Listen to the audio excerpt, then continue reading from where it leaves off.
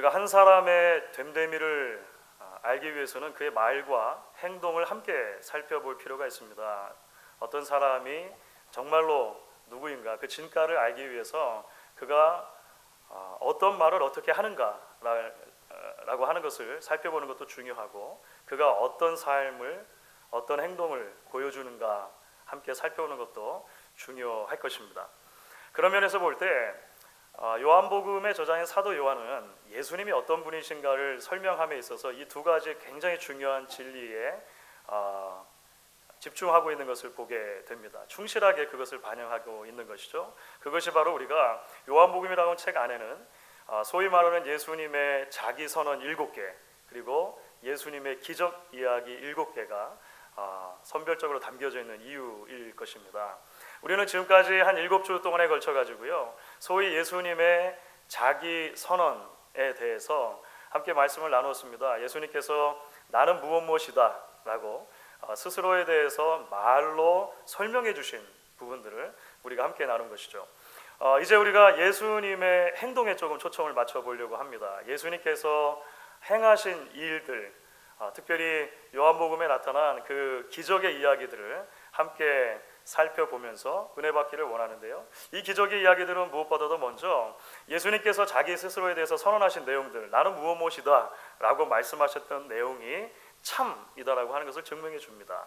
동시에 예수님께서 가져오시는 하나님 나라, 그 하나님 나라는 어떤 성격을 가지고 있고, 그 하나님 나라의 백성으로 우리가 살아간다고 하는 것은 무엇을 의미하는가 라고 하는 이야기를 우리가 말씀을 통해 발견하게 됩니다. 예수님의 소위 I am 선언, 자기 선언을 함께 나누는 동안 우리가 사실 기적의 이야기 두 가지는 좀 겹치는 부분이 있었기 때문에 이미 살펴보았습니다. 오병이어의 기적과 죽은 나사로를 살리시는 기적은 이미 살펴보았고, 이제 남아있는 5개의 기적을 이제 우리가 시간이 되는 대로 함께 나누면서 하나님께서 우리에게 주시는 은혜와 하나님께서 주시는 그 풍성함을 같이 누릴 수 있으면 좋겠습니다.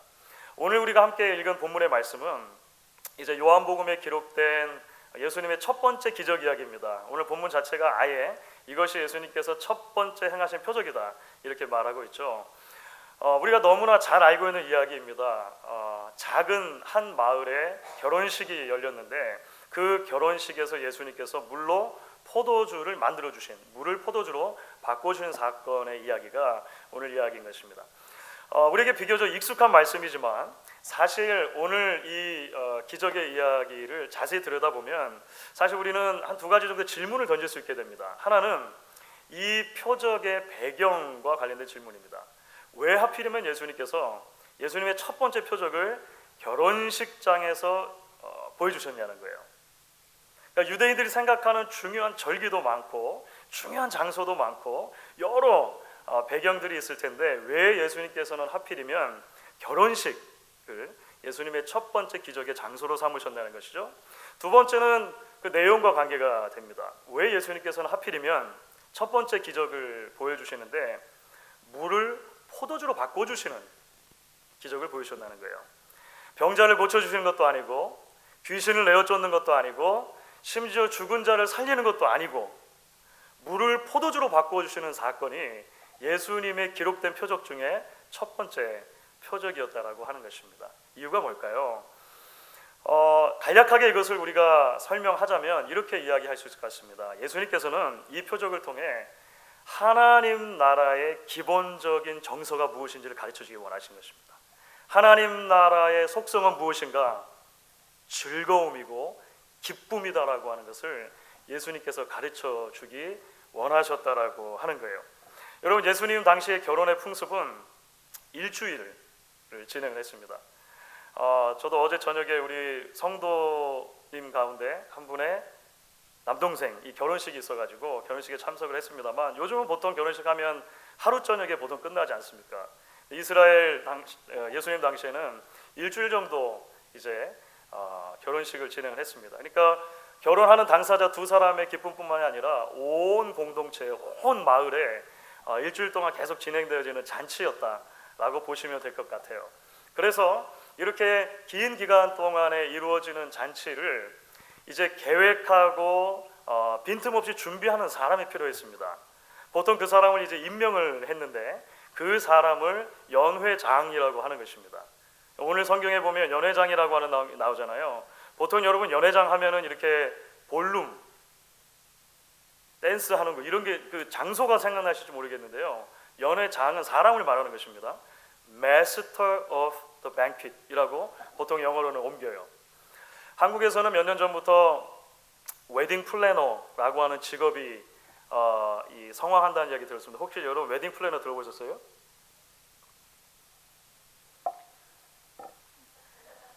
오늘 대답을 안 하기로 작정하신 것 같아요.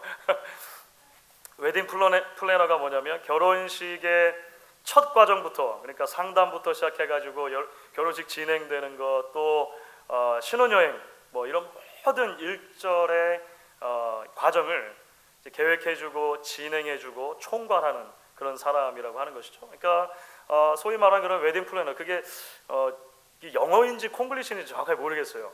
그런데 하여간 그 웨딩 플래너하고 예수님 당시의 연회장의 역할하고 좀 겹치는 부분이 있는 것이죠. 그 중에서도 특별히 예수님 당시의 연회장이 꼭 주의를 기울여야 할 중요한 임무 중에 하나가 있었는데, 그게 뭐냐면 음식과 음료수에 관한 것입니다.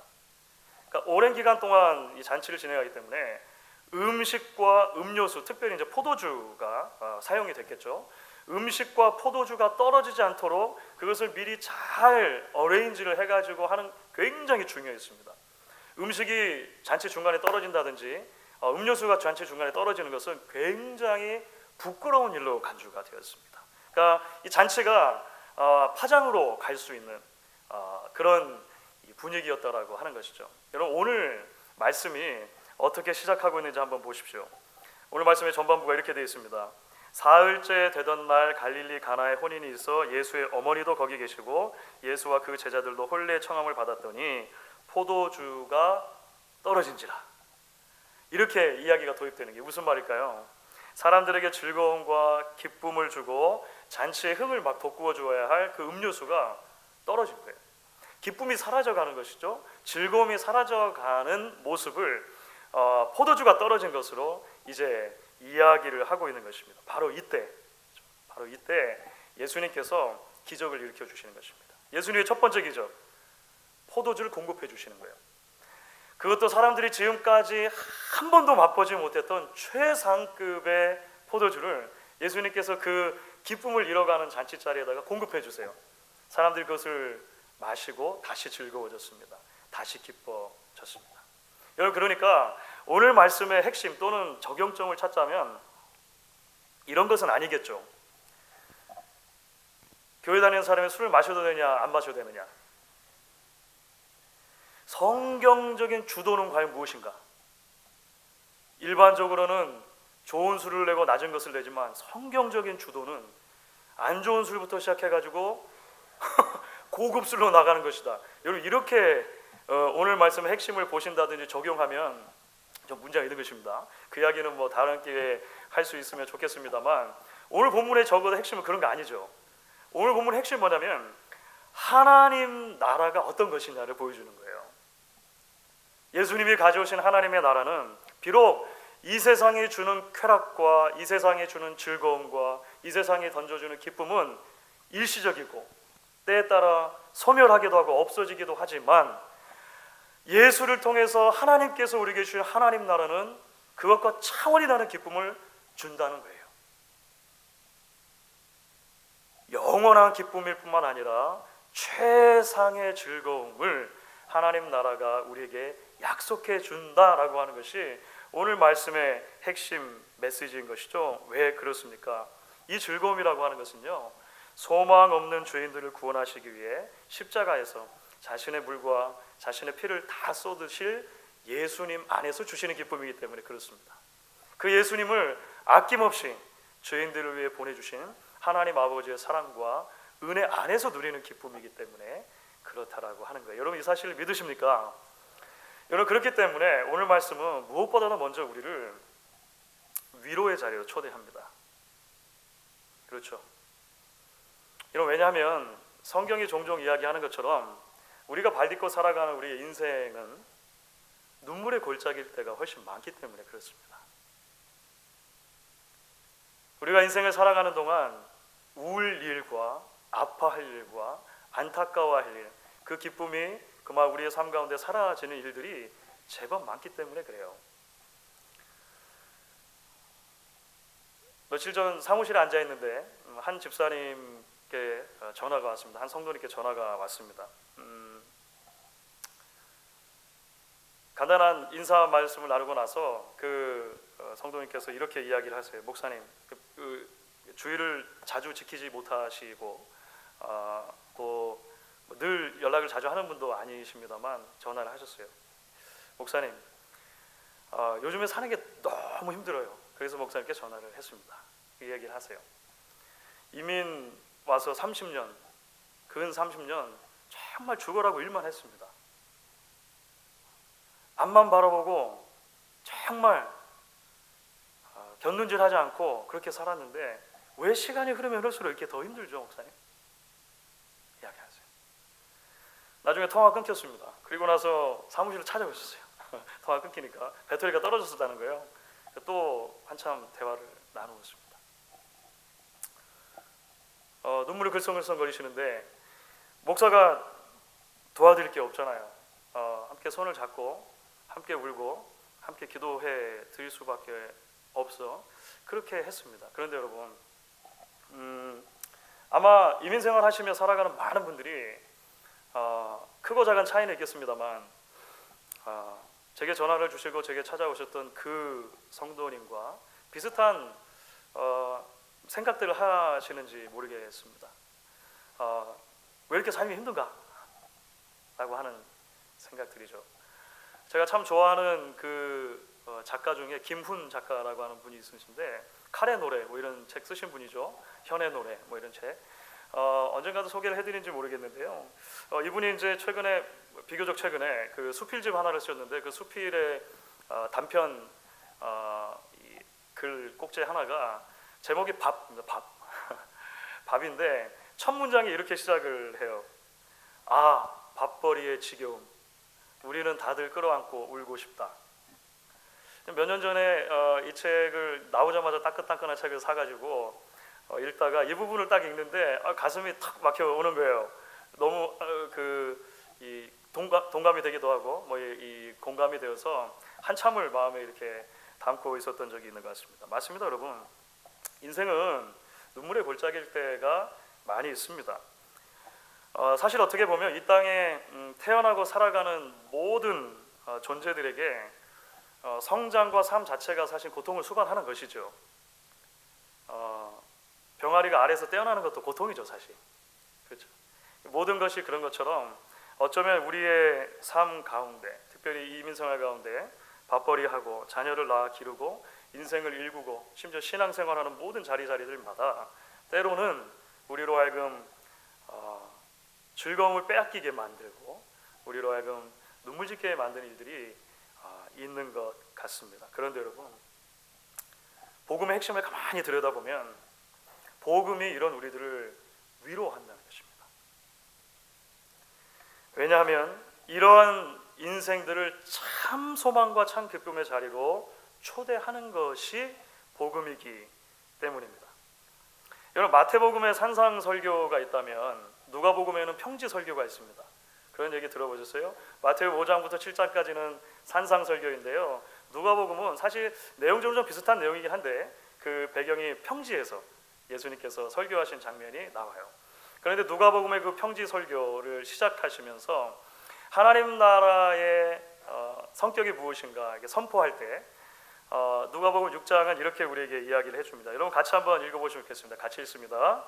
예수께서 눈을 들어 제자들을 보시고 이르시되 너희 가난한 자는 복이 있나니 하나님의 나라가 너희 것이며 지금 줄인 자는 복이 있나니 너희가 배에 부를 것이며 지금 우는 자는 복이 있나니 너희가 웃을 것이며 이렇게 선포합니다.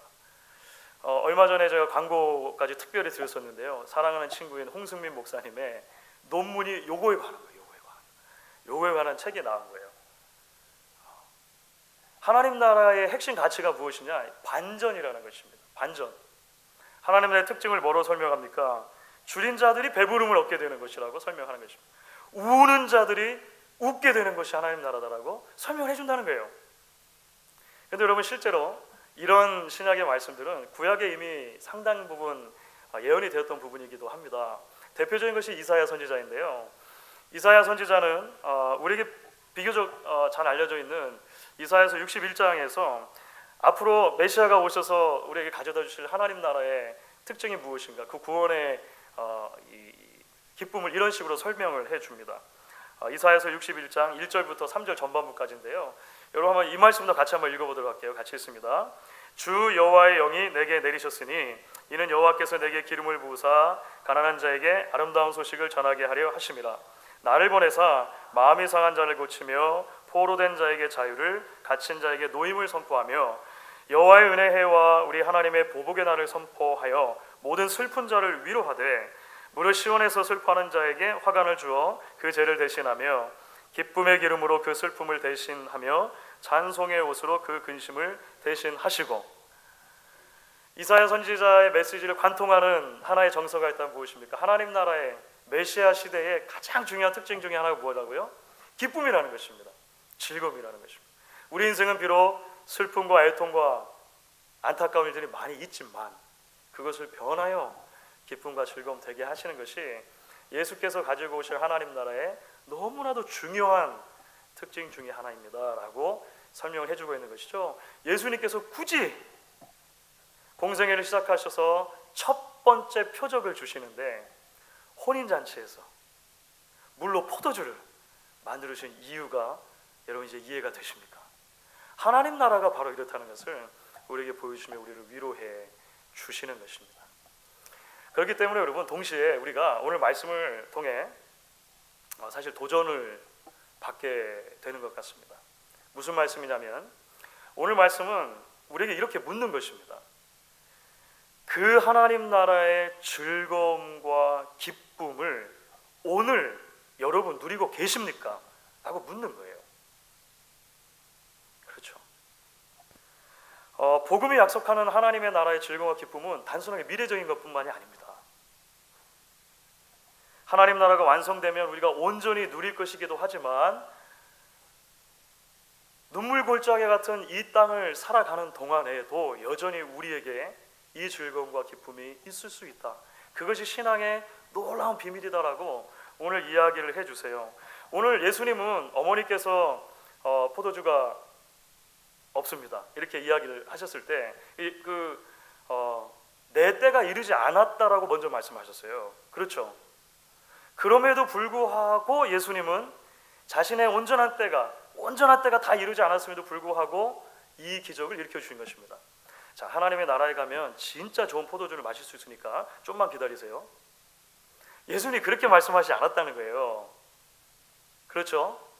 앞으로 올 것만 얘기하신 것이 아니라 지금 그것을 맛보게 해주신 것입니다. 미리 앞당겨 경험하게 해주셨다라고 하는 거예요. 누가복음의 평지복음도 마찬가지죠. 아까 뭐라고 말씀하셨습니까? 지금 줄인 자는 복이 있나니 너희가 배부를 것이다. 지금 우는 자는 복이 있나니 너희가 웃을 것입니다. 이렇게 말씀하십니다. 그렇습니다, 여러분. 하나님의 나라의 복음은 우리를 현재적인 반전으로도 초대한다는 것을 보게 됩니다. 비록 인생이 말씀드린 것처럼 눈물골짜기 같지만 그 눈물골짜기를 지나는 동안 바로 지금 바로 여기에서 그 하나님 나라의 즐거움과 기쁨을 우리의 것으로 누릴 수 있다라고 하는 것이죠.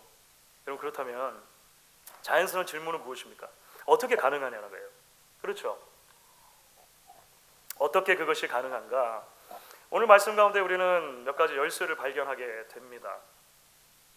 첫 번째, 오늘 말씀을 통해서 발견하는 그 열쇠는 예수님께 인생의 문제를 온전히 맡겨드림으로 눈물골짜기 지나는 동안 우리가 즐거움과 기쁨을 우리 것을 경험할 수 있다라고 오늘 말씀 통해 우리가 정리를 할 수 있을 것 같습니다. 여러분, 오늘 기쁨의 근원이었던 그 포도주가 사라진 다음에 사람들의 반응은 다 똑같았습니다. 당황했겠죠. 실망했겠죠. 그런데 한 사람의 반응이 달랐습니다. 그 반응이 달랐던 한 사람이 누구였을까요? 예수님의 어머니이죠. 예수님의 어머니는 포도주가 떨어져서 기쁨이 사라진 상태인 그 문제라면 문제라고 할 수 있는 그 상황을 누구에게로 가져갑니까? 예수님께로 가죠. 포도주가 떨어졌습니다라고 하는 것은 아유 세상에 잔치집에 왔더니 포도주가 다 떨어졌네 라고 그냥 정보를 주시는 게 아니죠.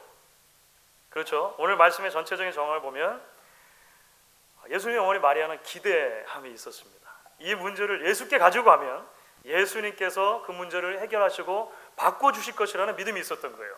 우리가 그것을 어떻게 알 수 있습니까? 예수님께 그 말씀을 드리고 나서 하인들에게 예수님 어머니가 말하신 장면이 나오죠. 예수께서 뭐라고 하든지 그대로 행해라. 무엇인가 지금 일어나려고 한다라고 하는 것을 예수님 어머니께서 기대하고 알고 계셨다라고 하는 것입니다. 사랑하는 여러분, 우리가 어떻게 눈물 골짜기 한복판을 지나면서도 위로부터 주시는 참된 즐거움과 참된 기쁨, 하나님 나라의 가장 기본적인 속성을 누릴 수 있습니까? 땡겨 경험할 수 있습니까? 그 눈물 골짜기의 한복판으로 예수 그리스도를 모셔드릴 때 가능한 것입니다.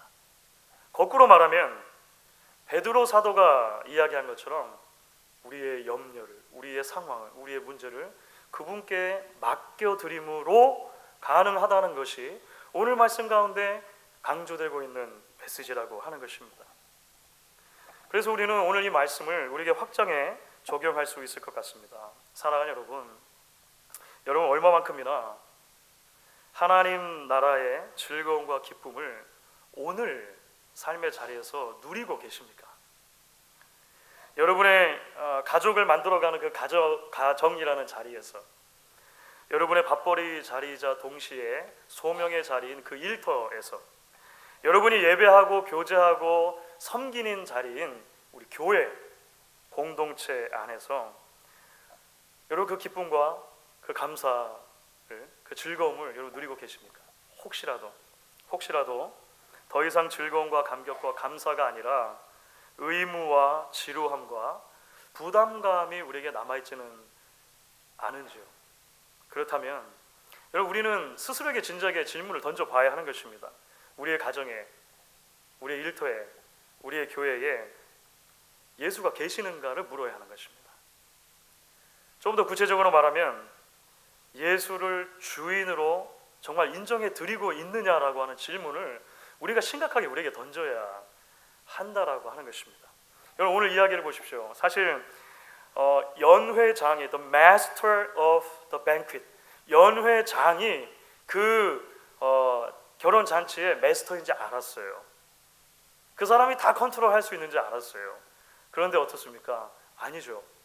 점차적으로 이야기가 진행되면서 누가 연회장처럼 행동하십니까? 예수님이죠. 예수님이 연회장이 되시는 거예요. 예수님께서 그 자리에 모자람을 채워주시고 예수님께서 그 자리에 기쁨이 사라진 것을 즐거움으로 대체시켜 주시는 것이죠. 사랑하는 여러분, 예수님께서 우리 인생의 연회장이 되어 주셔야 하는 것입니다. 여러분 가정의 가장이 예수님이라고 고백하셔야 하는 것입니다. 여러분의 기업의 최고 경영자가 예수시라고 고백해야 하는 것입니다. 우리 교회의 머리가, 우리 교회 주인이 예수라고 고백할 때 비로소 우리가 하나님 나라의 그 즐거움과 기쁨이라고 하는 놀라운 비밀스러움을 오늘 여기 땡겨서 맛볼 수 있는 것입니다. 이 즐거움, 이 기쁨을 회복하고 다시 맛볼 수 있는 저와 여러분 될 수 있기를 주의 이름으로 축원합니다. 여러분 두 번째 비밀이 하나 있습니다. 열쇠가 하나 있습니다. 그것은 무엇이냐면요, 변화가 즐거움의 근거라고 하는 것을 기억하는 것입니다. 변화가 즐거움의 근거이다. 사실 예수님께서 오늘 이제 포도주를 공급해 주셨는데요. 혹시 예수님께서 다른 방법으로도 포도주를 공급하실 수 있지 않았을까요? 여러분 구약의 이야기만 봐도 그렇지 않습니까? 음식이 하늘에서 내리기도 하고 바위에서 막 생명수가 막 물이 솟아나기도 하고 하잖아요. 예수님이 사실 얼마든지 다른 방법으로도 포도주를 공급해 주실 수 있으셨을 거예요. 하늘에서 내리든지 땅에서 솟아나든지 충분히 가능함에도 불구하고 왜 굳이 예수님께서 물을 포도주로 바꿔주시는 방식으로 역사하셨냐는 거예요. 여러분, 바람과 먼지가 많았던 팔레스타인 지역이었고, 율법은 특히 부정한 손으로 음식을 먹는 것을 금했기 때문에 유대인들에게는 늘 자리마다, 그런 잔치 자리마다 손발을 씻는 물들이 있었습니다. 집을 드나들 때도 손발을 씻었고, 특히 이런 잔치 같은 경우에 여러 사람이 오니까 물을 많이 준비를 해 놓았겠죠. 오늘 말씀을 보면 두세 통 드는 항아리가 6개가 있었다는 것입니다. 보통 한 30에서 40 갤런짜리 항아리가 한 6개가 있었다고 보시면 돼요. 그러니까 그 잔치집에 들어갔던 사람들 치고 어느 한 사람이라도 그 항아리에 물에 손발을 씻지 않은 사람이 있었겠습니까? 유대인의 관습을 보면 다 씻었던 거예요. 무슨 말이냐면 그 잔치에 있는 모든 사람들은 그 항아리에 담겨 있었던 액체의 정체를 알고 있는 거예요. 이게 다 물이라는 것입니다. 그것도 손, 발 씻는 물, 누구나 다 아는 물을 최상급의 포도주로 바꾸어 주신 것입니다. 어디에 감추어뒀다가 짠 하고 포도주를 주신 것이 아니라 물을 바꾸어 주심으로 바로 이 변화, 트랜스포메이션이 참된 기쁨의 근원이다라고 하는 것을 예수님께서 가르쳐 주셨다라고 하는 거예요. 여러분, 그래서 조금 알레고리카라고 조금 풍류적일 수 있지만 우리는 오늘 말씀을 우리에게 이렇게도 적용할 수 있을 것이라 생각을 합니다. 사랑하는 여러분, 우리가 이 땅에서 하나님 나라의 즐거움과 기쁨을 현재적으로 누리지 못하는 이유가 무엇입니까? 변하지 않기 때문입니다. 변하지 않기 때문입니다. 좀 더 쉽게 말하면 내가 바뀌어야, 내가 성장하고 내가 변화하고 내가 자라가야 눈물의 골짜기를 지나는 동안 하나님께서 우리에게 약속해 주신 하나님 나라의 즐거움과 기쁨을 비로소 누리게 된다라고 하는 것입니다. 로마서 12장 2절 말씀을 보시면 사도 바울이 하나님 나라의 백성으로 어떻게 이 땅에 복음에 합당한 삶을 살아갈 것인가를 이런 방식으로 설명하죠. 우리가 잘 아는 말씀인데요. 한번 읽어볼까요? 같이 읽습니다. 너희는 이 세대를 본받지 말고 오직 마음을 새롭게 함으로 변화를 받아 하나님의 선하시고 기뻐하시고 온전하신 뜻이 무엇인지 분별하도록 하라. 어떻게 우리를 향한 하나님의 선하시고 기뻐하시고 온전하신 뜻을 발견하게 됩니까? 변화가 필요하다는 거예요. Be transformed. 우리가 자라고 우리가 변하고 우리가 성숙하게 되어질 때 가능한 것입니다. 예수님께서는 6개 항아리를 다 바꿔주셨는데요. 만약에 하나는 남고 5개만 바뀌었다고 생각해 보십시오. 5개 항아리의 물들은 포도주로 변했습니다. 기쁨의 근원이 되었습니다. 변하지 않은 한 항아리의 물은 그냥 물인 거예요. 손 발 씻는 물인 거예요.